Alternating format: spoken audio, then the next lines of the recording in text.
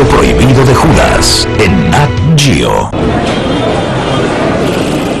El Cairo, año 1980. El granjero que encontró el códice con el Evangelio de Judas lo vendió en el mercado de antigüedades egipcio. Es difícil confirmar con exactitud lo que sucedió después, pero la siguiente es una probable versión. El nuevo dueño del documento, un comerciante egipcio, muestra su colección de objetos de arte antiguos a una compradora potencial. أنا آسف يا مدام الأسعار الأيام دي ولع قوي قوي قوي. دي جميلة. ده أنت بتهتمي بالحاجات دي؟ أيوة طبعا. ده أنا عندي حاجات أجمل وأجمل. هجيبها لك دلوقتي.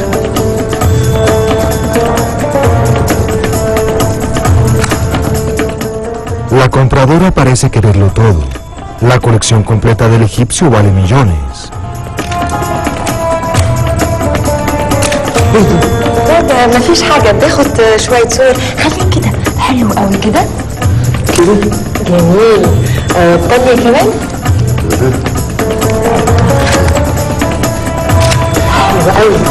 طب في واحدة تانية كمان كده. مين يهتم بالحاجات دي؟ ده واحد خواجة أجنبي. La mujer afirma que representa a un comprador muy adinerado, pero miente. Lo que hace en realidad es inspeccionar el departamento y la colección y planear un robo. Más tarde esa noche, con un inventario completo de los tesoros del egipcio, regresa para llevarse unas pocas cosas. Entra y se lleva lo mejor. En su lista, el códice antiguo.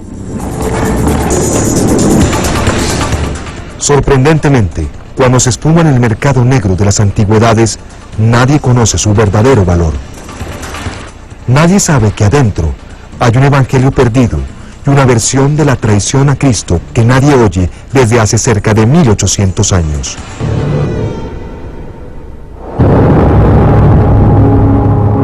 ¿Cuál podía ser la razón para que los primeros cristianos escribieran un evangelio de Judas? Jerusalén, año 100 después de Cristo. En el siglo después de la muerte de Cristo, la ciudad gobernada por los romanos es un lugar de intensa actividad religiosa. El judaísmo, los cultos romanos y los grupos cristianos todos compiten por seguidores. Pero pronto, una religión superaría a las demás: el cristianismo. Este primer periodo de la cristiandad no es lo que la mayoría de la gente cree. No había Biblia cristiana. En su lugar, diferentes versiones de la historia de Cristo pasaban de un cristiano a otro. Finalmente, las historias fueron escritas en los evangelios, pero no antes de 30 o 60 años después de la muerte de Cristo. Y hoy día, la mayoría de eruditos cree que Mateo, Marcos, Lucas y Juan murieron mucho antes de que sus evangelios fueran escritos. Uno de los fenómenos interesantes del comienzo del cristianismo es que los 4 evangelios que llegaron al Nuevo Testamento, Mateo, Marcos, Lucas y Juan, son todos anónimos. Los títulos los agregaron editores posteriores. No existían escritos por los autores mismos. Y hay otro sorprendente giro en la historia de la fe en los primeros siglos. No había solo 4 evangelios. Había más de 30. Evangelio significa buenas noticias. La pregunta es, ¿quién es Jesús y cuáles son las buenas noticias relacionadas con él? Muchas personas vieron esa pregunta de diferentes maneras. En los primeros 200 años después de la muerte de Cristo, circularon literalmente docenas de versiones diferentes y a menudo incompatibles de su vida y mensaje. Una de ellas fue el Evangelio de Judas. Este texto, como muchos otros recientemente descubiertos en Nag Hammadi, nos da un vistazo a una clase de cristianismo que nunca antes habíamos visto. Muchas personas creían que los únicos evangelios que existían eran los evangelios del Nuevo Testamento, Mateo, Marcos, Lucas y Juan, pero en realidad había muchos más. Pudo haber docenas como el Evangelio de la Verdad, el de María Magdalena, el de Tomás, el de Judas, el Evangelio de Felipe, para mencionar solo unos pocos. No hubo una cristiandad original, hubo muchas.